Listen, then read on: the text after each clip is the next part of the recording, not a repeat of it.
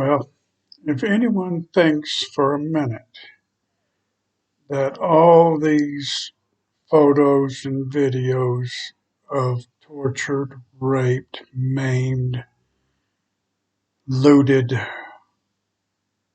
desecrated bodies in the Ukraine, and all those that haven't been discovered yet, which are for sure going to be there, if you think for 1 minute that it is going to change the mind of Schultz and Macron to cut off the oil and gas from Russia, you are sadly, sadly mistaken.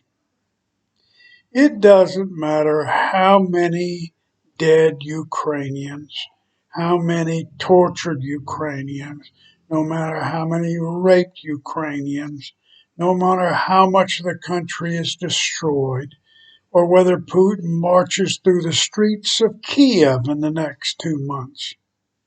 They will never cut off the oil and gas. They're not going to do it. They're animals, all of them. They're just like Putin, except they speak French and German.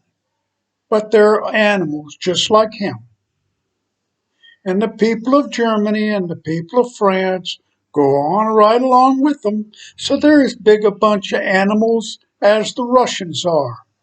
They may not be pulling the trigger. They may not doing the actual raping. They may not do the actual looting. They may not do the actual cutting, but they're doing it through Putin and his boys, his animals. There's not a Russian alive that is not an animal. And now the Germans and the French can join right in there with them because they're nothing but animals just like the Russians.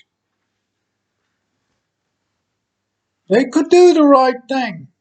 They could cut off the oil and gas. It would be made up. Yes, there'd be some hardships, but it sure would help to stop the slaughter of our people. But they're not going to do it because they're animals.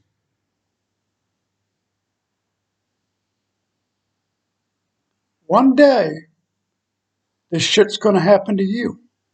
And I hope that I'm around and I can sit back and smile while the Russians rampage through the villages and towns in Germany and rape and murder and decapitate and loot, so I can watch your expression while your blood is draining onto the streets, so I can look in your eyes and say, I tried to tell you. Now you get what you deserve.